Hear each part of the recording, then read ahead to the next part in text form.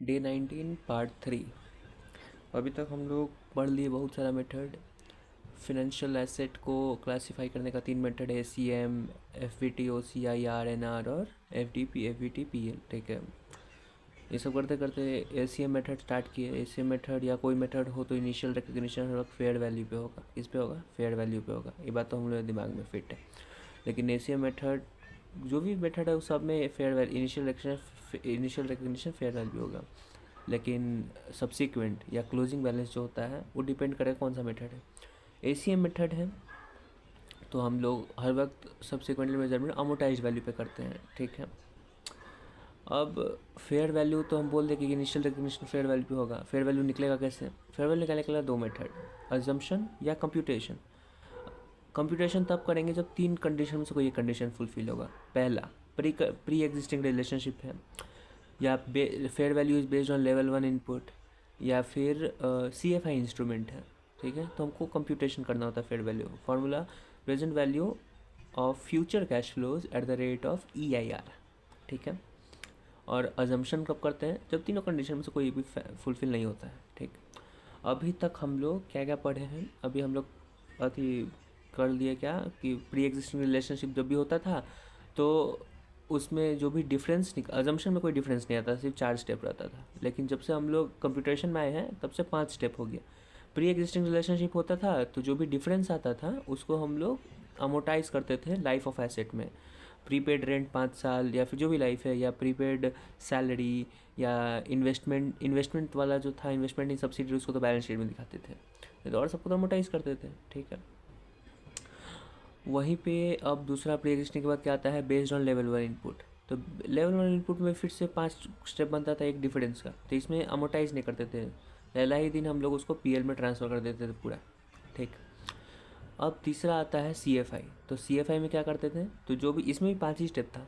Difference के जो भी तीसरा स्टेप पे जो डिफरेंस आता था उसको इक्विटी बोल देते थे। ठीक है, तो एक चीज़ तो हम लोगों को क्लियर हो गया।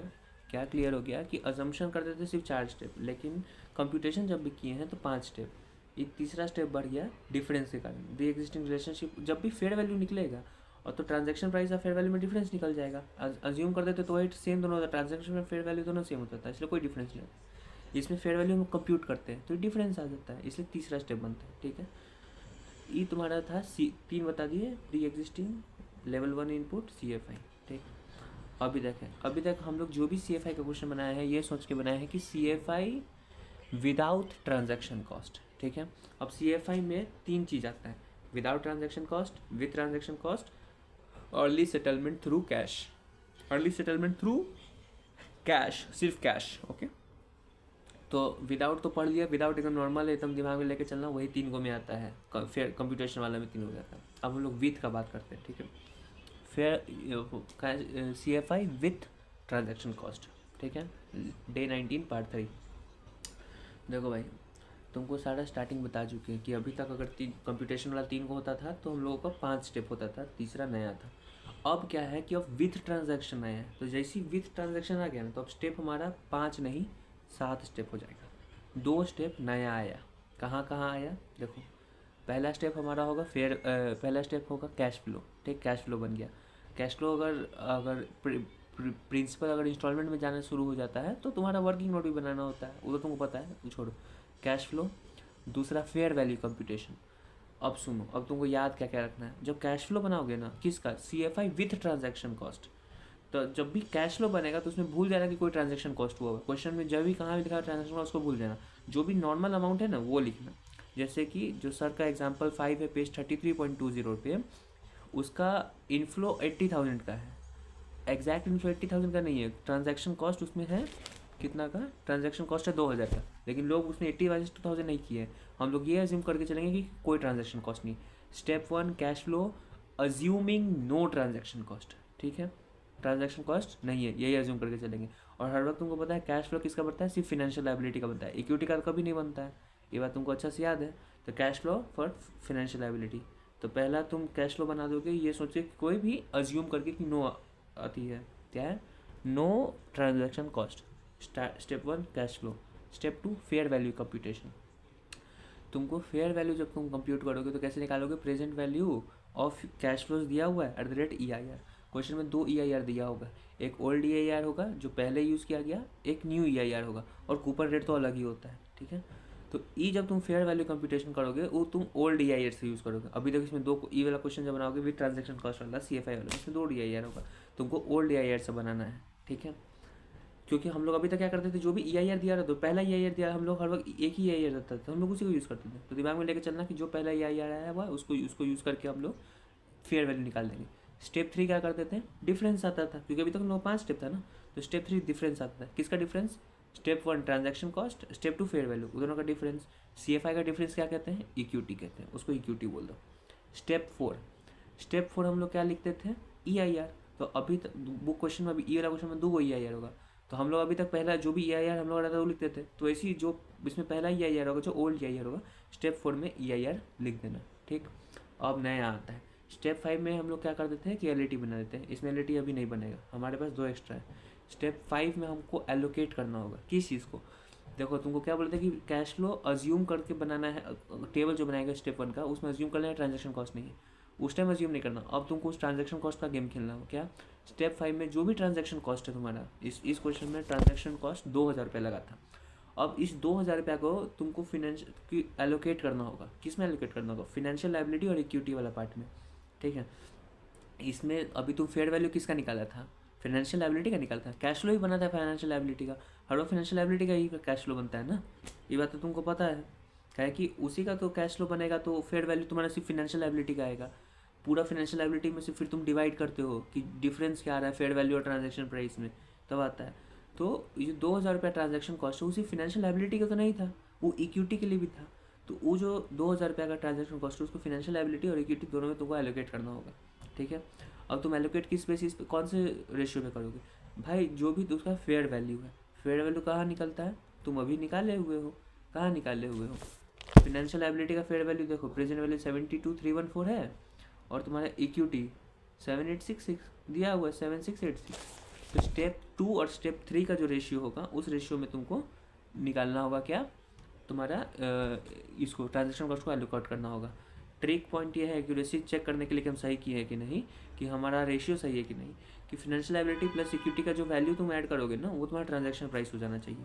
यहाँ देखो 72314 प्लस 7686 करोगे तो 80,000 आ जाएगा जो तुम्हारा ट्रांजैक्शन प्राइस है, तो तुम्हारा आंसर सही होगा।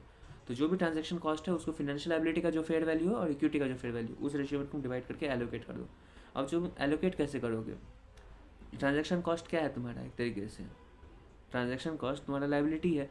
कोई भी लायबिलिटी में जब कुछ भी कैपिटलाइज होता है, एलोकेट करने का मतलब कैपिटलाइज करना, तो तुमको याद होगा लायबिलिटी में कोई चीज़ कैपिटलाइज कर रहे हो, इंटरेस्ट को, ये को, तो फिनेंशियल लायबिलिटी को डेबिट करना होगा। फिनेंशियल एसेट को भी अगर जब कैपिटलाइज करना होता है तो डेबिट करना होता है, फिनेंशियल लायबिलिटी में उल्टा है, इसको भी डेबिट करना होगा, क्रेडिट नहीं, कैपिटलाइज होगा तो इसमें डेबिट हो जाएगा। तो दोनों को डेबिट करोगे तो फिनेंशियल लायबिलिटी का जो फेयर वैल्यू अभी तक 72314 आ रहा था उसका नया वैल्यू 7506 हो जाएगा, इक्विटी का 7494 हो जाएगा, ये तुम्हारा रिवाइज्ड फेयर वैल्यू आ गया, ठीक है। अभी हो गया 5 स्टेप, ठीक है। हमको बनाना कितना है, 7 स्टेप, अभी भी 2 स्टेप बाकी है। एक नया स्टेप कर चुके, दूसरा नया स्टेप क्या है, दूसरा नया स्टेप होगा तुमको न्यू EIR लिखना। स्टेप 4 में तुम ओल्ड EIR लिखा हो, अब स्टेप 6 में 5 में तो तुम्हारा एलोकेशन हो गया, स्टेप 6 में तुमको न्यू EIR लिखना होगा। क्वेश्चन में जनरली दिया हुआ रहता है, इस क्वेश्चन में सर बनवाए थे, तो स्टेप 6 में तुम EIR बना दोगे, ठीक है, लिख दोगे। और उसके बाद स्टेप 7 सबसे लास्ट स्टेप LAT में हम लोग हर बार क्या रखते थे कि जो पहला ओपनिंग बैलेंस होता है उसको फेयर वैल्यू में लिखते थे। यहाँ पे फेयर वैल्यू को हम लोग रिवाइज किए हैं क्योंकि एलोकेट किए ट्रांजेक्शन कॉस्ट, तो रिवाइज फेयर वैल्यू आया, तो देखो वहाँ पे लिखा हुआ है रिवाइज फेयर वैल्यू 7506, ठीक है। उसके बाद जब नेक्स्ट में डालते थे पहला कॉलम जो interest eight the rate EIR डालते थे, तो यहाँ पे 2 EIR है, एक ओल्ड EIR एक न्यू EIR, अभी सबसे लेटेस्ट कौन सा है, न्यू EIR, तो न्यू EIR पे बनेगा।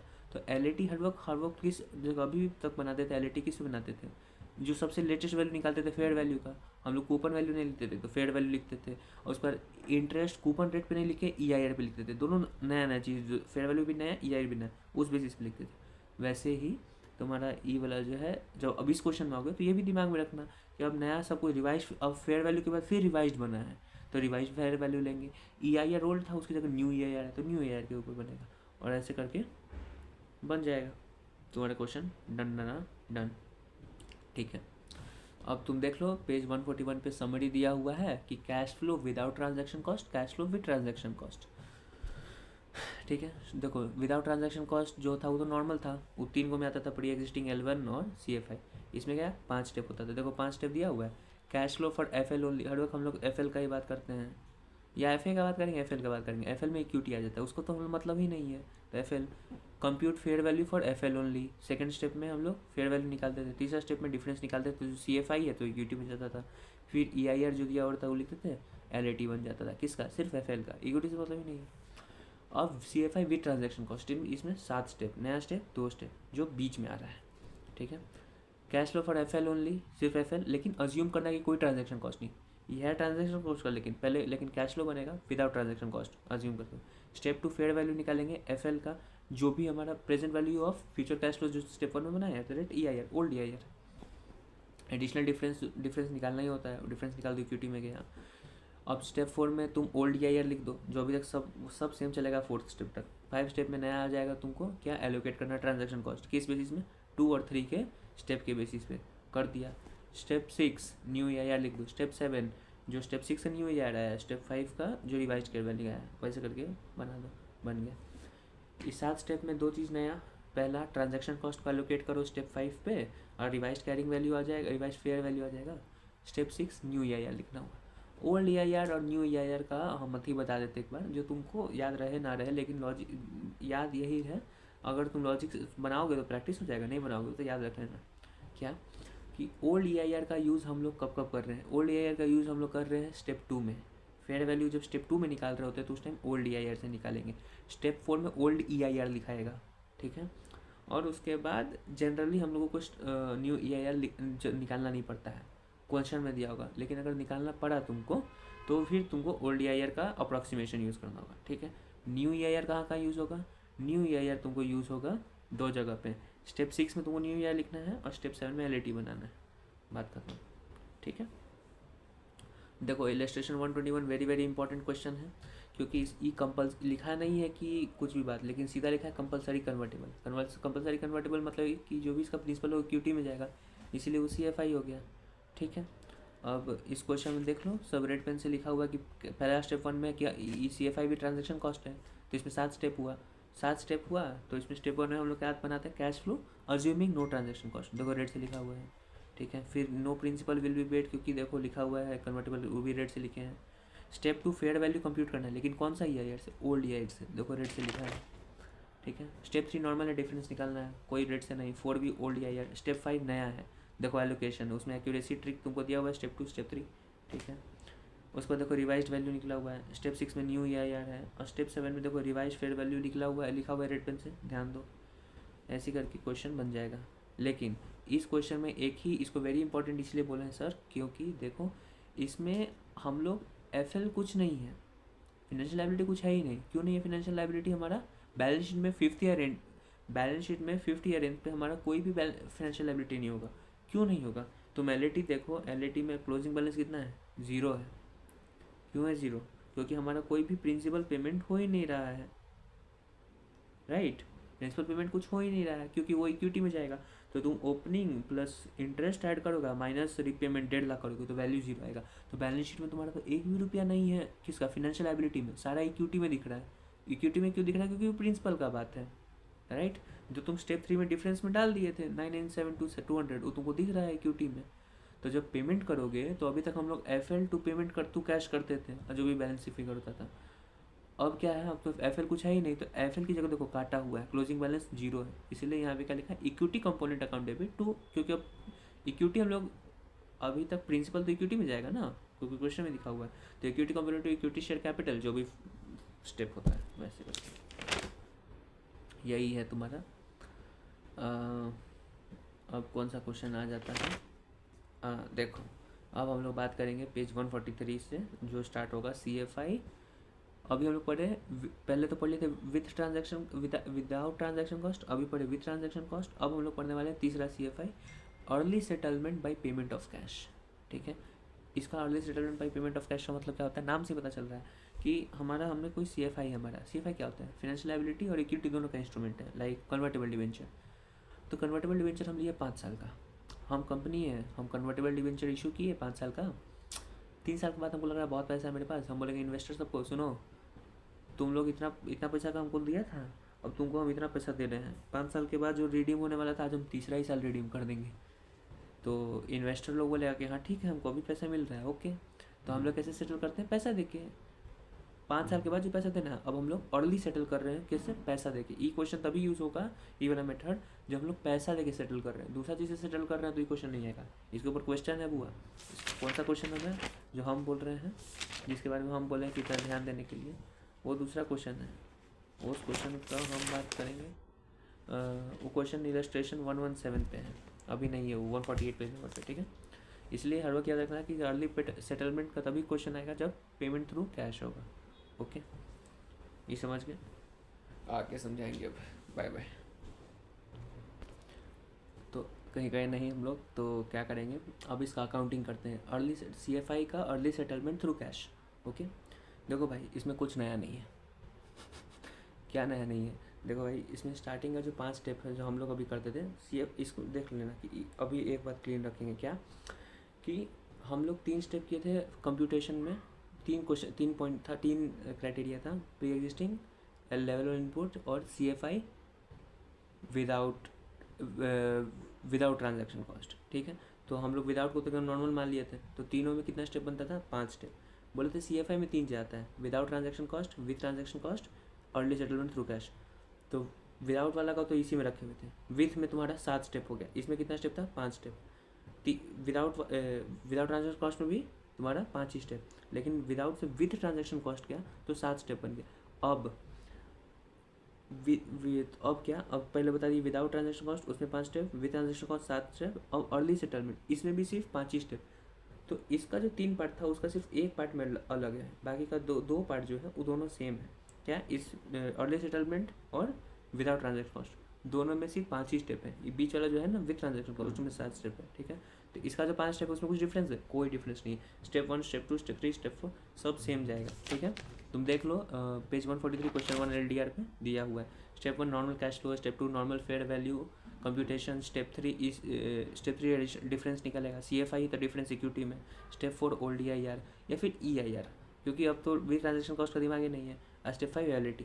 लेकिन ये तो तीसरा मेथड है, तो इसमें कुछ तो डिफरेंस होगा, यही डिफरेंस है। सुनो, स्टेप 5 जब तुम LAT बनाओगे ना तो नॉर्मल LAT बनेगा, opening balance, fair value, EIR के हिसाब से और सब कुछ। लेकिन LAT तब तक बनेगा जब तक के लिए तुम उसको पेमेंट नहीं दे रहे हो। क्या बोलते हैं, 5 साल का है डिवेंचर, तुम तीसरा साल के एंड पे तुम दे रहे हो, तो सिर्फ 3 साल का ही LAT बनेगा। देखो इस क्वेश्चन में दिया हुआ है 5 साल का उस था डिवेंचर, लेकिन तीसरा ही साल तक उसको देखो LAT बना हुआ है, क्लोजिंग 466198 तक, ठीक है। अब बन गया स्टेप 5। अब यहाँ पे एक डिफरेंस है। अब देखो आगे, अब हम लोग LAT बनाने के बजाय जर्नल एंट्री बनाते थे, जर्नल एंट्री नॉर्मल होता है। इसमें डिफरेंस है। क्या डिफरेंस है? एक ही डिफरेंस है कि अर्ली सेटलमेंट जो हो रहा है ना, उसको लेके जो भी जर्नल बनता है। कैसे जर्नल बनेगा देखते हैं। क्या? पहला जर्नल डे 1 का जब कैश आया है तो cash account debit to FL to equity, FL जो भी फेयर वैल्यू FL का आया, और इक्विटी का जो स्टेप 3 में डिफरेंस आता है वो आता है नॉर्मल एंट्री, ठीक है। अब आ जाते हैं देख के हम लोग कि 3 साल के बाद तीसरा साल जब हम लोग दे चुके, एक पहला किसी दिन दिए थे 1 अप्रैल 20 को, तो दूसरा करेंगे 31 मार्च 21 को, तीसरा करेंगे 31 मार्च 22 को, ठीक है। तो 3 कर दिया है 31 मार्च 22 को। अब 1 अप्रैल 22 को क्या हो रहा है कि हम लोग अर्ली सेटलमेंट कर रहे हैं, ठीक है। हमको बाद में 25 में होना चाहिए था, हम उसको कर रहे हैं 24 में 25 में करना चाहिए था डिवेंचर रिडीम, लेकिन उसमें ना करके हम लोग अभी कर रहे हैं 3 साल के बाद, 2 साल पहले कर रहे हैं, ठीक है। तो 31 मार्च 22 को तो हम लोग पेमेंट कर दिए अपना, जो भी नॉर्मल तरीका से चल रहा था। अब 1 अप्रैल 22 को हम लोग बोल रहे हैं कि अर्ली सेटलमेंट करके ख़त्म कर देते हैं, ठीक है। तो कैसे करेंगे? करने से पहले एक बात तुमको बता देना चाहते हैं कि देखो भाई, हम लोग जो भी पेमेंट करेंगे, अर्ली सेटलमेंट करेंगे, तो जो वो लोग तो कोई वैल्यू पे ख़रीदा होगा। जब वो लोग ख़रीदा होगा तो इनिशियल रिकग्निशन हम लोग किस पे करते हैं? फेयर वैल्यू पे करते हैं। तो जब हम लोग बुक्स में लिखे होंगे तो इनिशियल फेयर वैल्यू पे लिखेंगे, राइट। तो जब भी अब हम लोग पेमेंट करेंगे तो मार्केट में जो रेट चल रहा है वही रेट, अगर हम लोग जैसे कि मार्केट में 100 रुपये का डिवेंचर चल रहा है और हम 50 रुपये डिवेंचर इशू किए थे इन्वेस्टर लोग को आज से बहुत साल पहले, तो उस टाइम लोग खरीदा था 50 रुपये में। अब इन्वेस्टर को बोलेंगे भाई उस टाइम 50 रुपये का था, अभी भी लोग तुमको 85 रुपये देंगे, तो लेगा थोड़े, क्योंकि मार्केट में 100 रुपये में चल रहा है। तो मार्केट का जो फेयर वैल्यू उसी फेयर वैल्यू उनको मार्केट में देना होगा। इसीलिए जब क्या बोलते हैं, मार्केट में से मार्केट को मतलब इन्वेस्टर लोग को हमको पैसा देना होगा रिटर्न, तो फेयर वैल्यू पे देंगे, ठीक है। तो सुनो, अब हम तीसरा साल 31 मार्च 22 को हमारा बैलेंस शीट बना होगा कि इतना हमारा लाइबिलिटी है एफएल और इतना हमारा इक्विटी है। देखो तो हम लोग इक्वेशन बनाने टाइम हम लोग को बनाना होगा कि अर्ली सेटलमेंट करने से पहले हमारे पास जो बैलेंस शीट में क्या क्या दिख रहा हो, करने से पहले बिफोर, देखो लिखा हुआ है बिफोर पेमेंट। तो बैलेंस शीट हम लोग बनाएंगे पेज 145 पे, उसमें बिफोर पेमेंट का देखो बनाए हुए अदर इक्विटी 72,096 और लाइबिलिटी 466,198। ठीक है। एल में देख लो क्लोजिंग बैलेंस वही है तुम्हारा, एग्जैक्ट वैसे ही मैच कर रहा है। एल में एल एफ का बनता है तो देखो क्लोजिंग बैलेंस कितना है 46198 है, आ गया तुम्हारा 46198। हाँ उसके बाद तुम्हारा इक्विटी का तो एक ही बैलेंस स्टार्टिंग से रहता है, उसको तो कोई हम लोग चेंज नहीं करते हैं। तो देखो 72,096 था उतना ही लिखा ही हुआ है। ठीक है। तो बैलेंस शीट बिफोर पेमेंट दिया हुआ है। ठीक है। क्वेश्चन में तुमको फेयर वैल्यू दिया हुआ रहेगा कि हम कितना, जैसे कि हम बोले कि 100 रुपये मार्केट में है दूसरा डिवेंचर का, तो company early settlement fair value पे करेगी कि बोलेंगे हाँ मार्केट प्राइस जो है हम इतना ही पे आपको पैसा, इतना ही पैसा आपको दे रहे हैं। ठीक है। तो क्वेश्चन में दिया हुआ रहेगा कि इतना पेमेंट दे रहा है क्योंकि ये फेयर वैल्यू है, तो इसमें दिया हुआ है 5,25,000 रुपया। तो तुम जर्नल एंट्री क्या करोगे कि फेयर वैल्यू जो भी उसका पैसा टू कैश 5,25,000 और कैरिंग वैल्यू ले लोगे। देखो हम लोग क्या रखते थे दिमाग में कि बुक से जो भी क्वेश्चन जो भी सामान जा रहा है हमारा तो वो कैरिंग वैल्यू पे लिखते थे। याद है पीपीई में देखते थे कुछ भी बाहर जाएगा वो कैरिंग वैल्यू पे, तो यहाँ एफएल जाएगा तो FL account debit to cash करेंगे, equity account debit to cash करेंगे।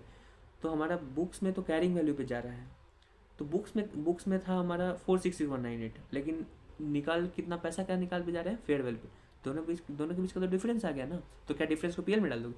नहीं, जो बुक्स में कैरिंग वैल्यू है उसको हम लोग को फेयर वैल्यू पे पहले लाना होगा, तब हम लोग तो दोनों चीज़ फेयर, ये भी फेयर वैल्यू ये भी फेयर वैल्यू, तभी तो हम लोग कुछ डिफरेंस निकाल पाएंगे। सेम लेवल का होना चाहिए ना, तब होगा। तो फेयर वैल्यू कैसे निकालेंगे? फेयर वैल्यू निकालना होगा किसका, जो बुक्स में आ रहा है। बुक्स में क्या क्या आ रहा है, एफएल आ रहा है और इक्विटी आ रहा है। हमको तो पूरा जो फेयर वैल्यू दिया है पूरा डिवेंचर का दिया है। मार्केट में जिसके हमारा हम इशू किया डिवेंचर, तो सामने वाला को तो एसेट है ना, तो वो तो अपना फेयर वैल्यू पे देखेगा, उसको पूरा डिवेंचर एक ही दिख रहा है। लेकिन हमको तो वो डिवेंचर फाइनेंशियल लायबिलिटी भी है और इक्विटी भी है, तो अलग अलग दिख रहा है। तो लेकिन क्वेश्चन में तो सिर्फ लिखा होगा कि डिवेंचर का पूरा वैल्यू फेयर वैल्यू है, तो फेयर वैल्यू इसका एफएल का कितना इक्विटी का कितना हो तो हमको नहीं मालूम है, ये निकालना होगा। कैसे निकलेगा सुनो, इसमें पूरा डिवेंचर का फेयर वैल्यू दिया है 5,25,000। ठीक है।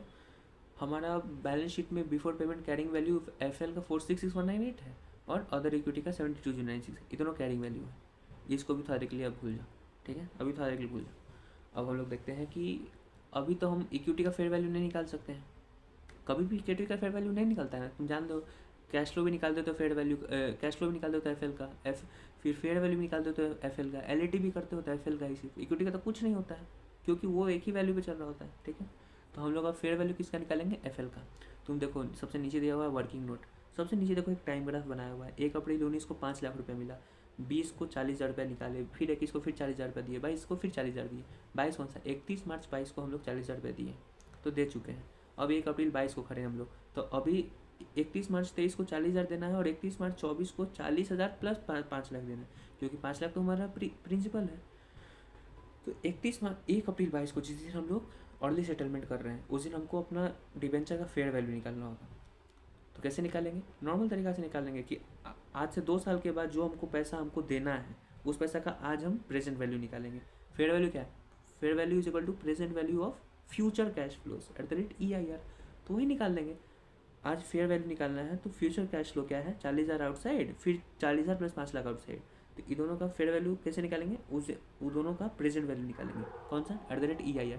जो बुक में मार्केट रेट तुमको दिया होगा ना, कि तुमको दूसरा EIR दिया होगा, जो जिस दिन फेयर वैल्यू जिस दिन कंप्यूट कर रहे हो, जिस दिन अर्ली सेटलमेंट करोगे उसका भी EIR दिया होगा, तो उस EIR से तुमको प्रेजेंट वैल्यू निकालना होगा। तो 2 EIR हो गया क्वेश्चन में। ओल्ड EIR मत यूज़ कर देना क्योंकि वो तो 3 साल पहले का EIR था, उस दिन का मार्केट रेट था। अब हम लोग फेयर वैल्यू निकाल रहे तो उसका तो अलग EIR आएगा, तो अलग न्यू EIR से देखो यहाँ पे न्यू EIR क्या दिया हुआ है 9%, इससे पहले EIR ओल्ड कितना था 12%, तो हम लोग नया EIR यूज़ कर रहे हैं 9% वाला, क्योंकि हम लोग 3 साल पहले EIR मार्केट रेट अलग था, अब मार्केट रेट अलग है। तो नया EIR यूज़ करते हुए हम लोग अगला जो 40,000 और 5,40,000 देने वाले उसका प्रेजेंट वैल्यू हम लोग निकालेंगे 1 अप्रैल 22 को। तो प्रेजेंट वैल्यू निकालें तो कितना हुआ 491,204, लेकिन ये 491,204 किसका फेयर वैल्यू है, सिर्फ एफएल का। इक्विटी तो एक ही वैल्यू पे चल रहा है ना, तो उसका तो हम लोग नहीं निकाल पाए फेयर वैल्यू, वो तो प्रॉब्लम हो गया। लेकिन भाई हमको पूरा इंस्ट्रूमेंट पूरा डिवेंचर का फेयर वैल्यू दिया हुआ 5,25,000। ये डिवेंचर 2 चीज़ का है, एफएल भी है इसमें इक्विटी भी है। एफएल का तुम निकाल दिया फेयर वैल्यू, क्या निकाला 491, तो ई दिया हुआ है, ई दिया हुआ है, ई तो बैलेंस शीट फिगर होगा। देखो इसमें बैलेंस शीट फिगर लिखा हुआ है ना ब्लू पेन से, 33,796। अब तुम एफ एल का भी फेयर वैल्यू मिल गया तुमको, इक्विटी का भी फेयर वैल्यू मिल गया। तो जब तुम क्वेश्चन, जब बुक्स में अब तुम जर्नल एंट्री बनाओगे तो हमारा जर्नल एंट्री क्या होता है, जर्नल एंट्री ये होता है कि जो भी बाहर जाएगा सामान उसको कैरिंग वैल्यू पे लिखने के लिए कैरिंग वैल्यू, लेकिन कंपैरिजन तो फेयर वैल्यू पे होना चाहिए, इसलिए तुम फेयर वैल्यू निकाला, राइट। यहाँ पे फाइनेंशियल लायबिलिटी कैरिंग वैल्यू पे लिख रहा है, तुम कैरिंग वैल्यू फाइनेंशियल लायबिलिटी जा रहा है, लेकिन कैश में तो तुम फेयर वैल्यू लिखेगा क्योंकि 5,25,000 निकल रहा है टोटल, राइट। इसके लिए क्या करेंगे, तो जो भी इतना याद रखना कि सॉरी बहुत सारा बात बोल दिया, कि जो भी हमारा बुक से निकल रहा है कैरिंग वैल्यू पे जाएगा। तो एफ एल कैरिंग वैल्यू पे लिखा है देखो 466,198 जो तुम्हारा बैलेंस शीट में दिख रहा है, इसलिए बोलते हैं बैलेंस शीट बनाने के लिए, पहले बैलेंस शीट बना लो कि कैरिंग वैल्यू आ जाए। तो एफ एल जाएगा कैरिंग वैल्यू पे, उसके बाद टू कैश जो भी तुम्हारा फेयर वैल्यू तुम निकाला 491,204, फेयर वैल्यू तुम कैश से के लिए निकाला तो वो आएगा 491। तो दोनों के बीच का डिफरेंस है, एफ एल का जब जर्नल एंट्री कर रहे हो तो उसके कैरिंग वैल्यू और फेयर वैल्यू के जो बीच का डिफरेंस है वो पी एल में जाएगा। वहीं इक्विटी का जब तुम बना रहे हो तो इक्विटी का फेयर वैल्यू और उसका कैरिंग वैल्यू के बीच का जो डिफरेंस है वो रिटेन अर्निंग हो जाएगा, ठीक है। पूरा क्वेश्चन, पूरा इस अर्ली सेटलमेंट को हम समराइज़ कर रहे हैं एक लाइन में। क्या देखो, इस क्वेश्चन अर्ली सेटलमेंट में सिर्फ 5 स्टेप हैं, ठीक है। 5 स्टेप सब एकदम सेम नॉर्मल स्टेप है। जो फेयर वैल्यू कंप्यूटेशन करते थे, फेयर वैल्यू जो कंप्यूटेशन करते थे तो हम लोग 5 स्टेप लगाते थे, लेकिन C F I with transaction cost आता था 7 स्टेप, लेकिन C F I without transaction cost, C F I early settlement दोनों का 5 ही स्टेप है। तो 5 स्टेप नया क्या, जब एल ए टी हम लोग बना रहे हैं तो तब तो सिर्फ उतना साल का बनाएंगे जब तक हम लोग उसको नॉर्मल पेमेंट कर रहे हैं, उस दिन बंद कर देंगे जिस दिन हम लोग उसको पेमेंट क्या बोलते हैं अर्ली सेटलमेंट कर रहे हैं, ठीक है, उस दिन बंद हो गया। ये पहला चीज़। दूसरा चीज़ आता है जर्नल एंट्री में। जर्नल एंट्री नॉर्मल बनेगा जो पहला दिन जाएगा, दूसरा दिन जाएगा, अगला जब तक जाते जाएगा। जर्नल एंट्री तब चेंज हो जाएगा जब हम लोग अर्ली सेटलमेंट कर रहे हैं। अर्ली सेटलमेंट का जर्नल एंट्री बनाने से पहले हम लोगों को बैलेंस शीट बनाना होगा। बैलेंस शीट बनाएंगे तो उसमें हम लोग को कैरिंग वैल्यू दिखेगा। कैरिंग वैल्यू क्यों यूज़ करते हैं, कैरिंग वैल्यू इसीलिए यूज़ करते हैं कि जब जर्नल एंट्री बनाएंगे तो जो भी आउटगोइंग चीज़ होगा उसको कैरिंग वैल्यू भी दिखाएंगे, इसलिए बैलेंस शीट बना रहे हैं, ठीक है। अब हम लोगों को जो भी हम लोग डिवेंचर अर्ली सेटलमेंट कर रहे हैं उसका फेयर वैल्यू दिया होगा, तो वो पूरा डिवेंचर का फेयर वैल्यू होगा। उसमें फाइनेंशियल लायबिलिटी का फेयर वैल्यू क्या है और इक्विटी का फेयर वैल्यू क्या है वो हमको नहीं पता है। इसके लिए निकालने के लिए, इसका एफ एल और इक्विटी का फेयर वैल्यू निकालने के लिए हम लोग फिर से फेयर वैल्यूएशन करेंगे। कब, उस दिन करेंगे जब हम लोग अर्ली सेटलमेंट कर रहे हैं। कैसे निकालेंगे, अगर तीसरा साल के बाद हम लोग अथी कर रहे हैं अर्ली सेटलमेंट तो बाकी का जो 2 साल है उस जो पेमेंट होने वाला 2 साल का उसका प्रेजेंट वैल्यू निकालेंगे यूजिंग जो न्यू ई आई आर है, उस हिसाब से हम लोग को फेयर वैल्यू मिल जाएगा एफ एल का, ठीक है। एफ एल का हम लोग बना दिए, एफ एल का हमको फेयर वैल्यू आ गया। तो पूरा डिवेंचर का हमको फेयर वैल्यू पता था, एफ एल का पता चल गया, तो इसका हम बैलेंसिंग फिगर निकाल देंगे। अब जर्नल एंट्री बनाएंगे, जो भी बुक से जा रहा है एफ एल या इक्विटी, ये दोनों हमारा कैरिंग वैल्यू पे जाएगा। हर वक्त याद रखना जो भी बाहर जा रहा है वो कैरिंग वैल्यू पे जाएगा। टू कैश, कैश कितना दे रहे हैं हम लोग, वो तो फेयर वैल्यू के हिसाब से दे रहे हैं, कैरिंग वैल्यू के हिसाब से निकाल रहे हैं, लेकिन कैश कितना दे रहे हैं वो फेयर वैल्यू के हिसाब से दे रहे हैं। तो 5,25,000 तो पूरा डिवेंचर का फेयर वैल्यू, इसका फाइनेंशियल लायबिलिटी का कितना वो तुम अभी जस्ट निकाला, और इक्विटी का तो बैलेंस भी निकाला, वो निकाल दिया। तो कैश जो देखो, कैश जो जाएगा वो फेयर वैल्यू पे, बुक से जो निकलेगा वो कैरिंग वैल्यू पे। अब दोनों के बीच का एफ एल का जो एफ एल और कैश के बीच का जो डिफरेंस है वो पी एल में जाएगा, इक्विटी और कैश का बीच का डिफरेंस है वो रिटेन अर्निंग में जाएगा, ठीक है। ये पूरा हो गया तुम्हारा अर्ली सेटलमेंट थ्रू कैश। जब सिर्फ कैश से पेमेंट होगा ना तभी वाला काम करेंगे। जब कैश ना देखिए, इक्विटी शेयर इशू कर रहे हैं, अर्ली सेटलमेंट ही कर रहे हैं, लेकिन कैश ना, अर्ली सेटल कैसे कर रहे हैं, कैश नहीं देखे इक्विटी देखे, तब दूसरा क्वेश्चन बनेगा, वो नॉर्मल क्वेश्चन बन जाएगा। नहीं तो जब अगर कैश से दे रहे हैं तब ऐसा क्वेश्चन बनेगा, ठीक है, क्लीन। अब इसमें एक पॉइंट है कि जब हम लोग निकाल रहे होते हैं ना फेयर वैल्यू तीसरा साल के एंड पे, तो तुम बोलोगे प्रेजेंट वैल्यू निकालना होता है हमको, जो अगला 2 साल हम लोग देने वाले हैं या जो भी रिमेनिंग कैश फ्लो है ना उसका हम लोग प्रेजेंट वैल्यू निकालते हैं। तो तुम क्या बोलोगे कि जैसे कि जब प्रेजेंट पीवी का टेबल जब बनाओगे कंप्यूटर करते हुए तो कैसे करोगे कि हम तीसरा साल पे खड़े हैं तो चौथा साल का पीवी रेट लेंगे, डिस्काउंटिंग फैक्टर लेंगे, और 5वां साल का डिस्काउंटिंग फैक्टर नहीं। भाई तीसरा साल खड़े हैं तो वो तो नॉर्मल कभी भी खड़े हो सकते हैं ना।